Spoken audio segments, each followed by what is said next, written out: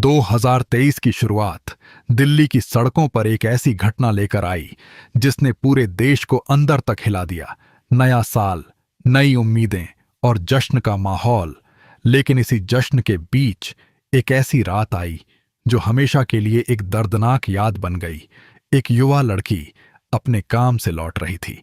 रात का समय था, ठंडी हवा चल रही थी, सड़कें लगभग खाली थीं और शहर धीरे धीरे शांत हो रहा था।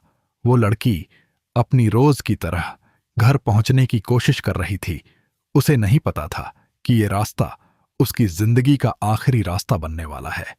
कुछ ही दूरी पर एक कार तेज रफ्तार से सड़क पर आगे बढ़ रही थी। कार में कुछ लोग बैठे थे और बताया जाता है कि वो भी नए साल का जश्न मना रहे थे। लेकिन उसी दौरान एक ऐसा पल आया जिसने सब कुछ बदल दिया। अचानक उस कार ने उस लड़की को जोरदार टक्कर मार दी। टक्कर इतनी जबरदस्त थी कि वो सड़क पर गिर गई। उसके गिरते ही सब कुछ सेकंड के लिए थम सा गया। लेकिन असली खौफनाक घटना अब शुरू होने वाली थी। टक्कर के बाद जहां गाड़ी को रुकना चाहिए था, वहां से सब कुछ गलत होने लगा। बताया जाता है कि लड़की गाड़ी के नीचे फंस गई और ड्राइवर ने गाड़ी रोकी नहीं, बल्कि गाड़ी आगे बढ़ती रही।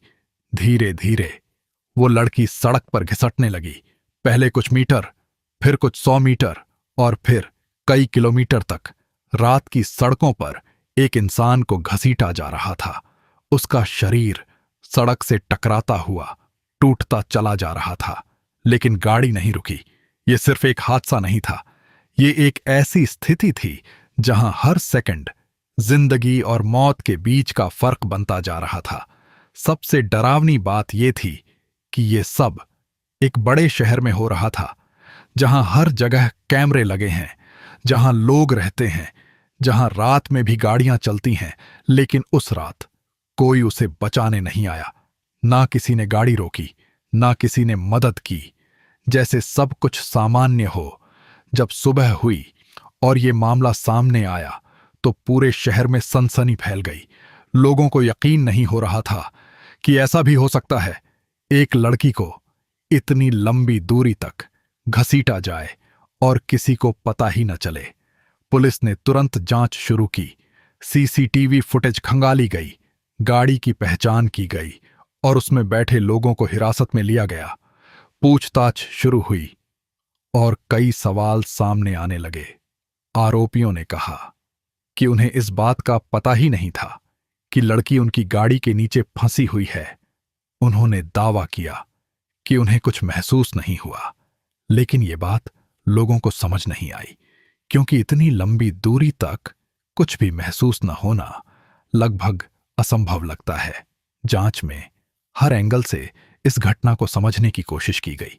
लोकेशन डेटा देखा गया, समय का विश्लेषण किया गया, गाड़ी की मूवमेंट को ट्रैक किया गया और धीरे धीरे घटना के हर पल को जोड़ा गया। इस केस ने सिर्फ एक दुर्घटना की कहानी नहीं सुनाई, इसने हमारे समाज का एक चेहरा भी दिखाया, जहां कभी कभी लोग रुकते नहीं, मदद नहीं करते और आगे बढ़ जाते हैं। ये सवाल उठता है, क्या हम इतने व्यस्त हो चुके हैं या इतने डर गए हैं कि किसी की मदद करने से पहले हम अपने बारे में सोचते हैं, या फिर हमने दूसरों के दर्द को महसूस करना ही छोड़ दिया है। ये घटना सिर्फ कानून का मामला नहीं है, ये एक सामाजिक सच्चाई भी है जो हमें आईना दिखाती है कि हम किस दिशा में जा रहे हैं। सड़क पर जिम्मेदारी सिर्फ ड्राइवर की नहीं होती, हर उस इंसान की होती है जो वहां मौजूद है। एक छोटी सी सावधानी, एक सही फैसला किसी की जान बचा सकता है। लेकिन उसी तरह एक छोटी सी गलती, एक पल की लापरवाही किसी की जिंदगी खत्म कर सकती है। आज भी जब लोग इस केस के बारे में सोचते हैं तो उनके मन में कई सवाल उठते हैं। क्या ये सिर्फ एक हादसा था, या फिर इसमें लापरवाही से भी ज्यादा कुछ था? क्या सच में उन्हें कुछ महसूस नहीं हुआ, या फिर कुछ ऐसा था जो अभी तक पूरी तरह सामने नहीं आया?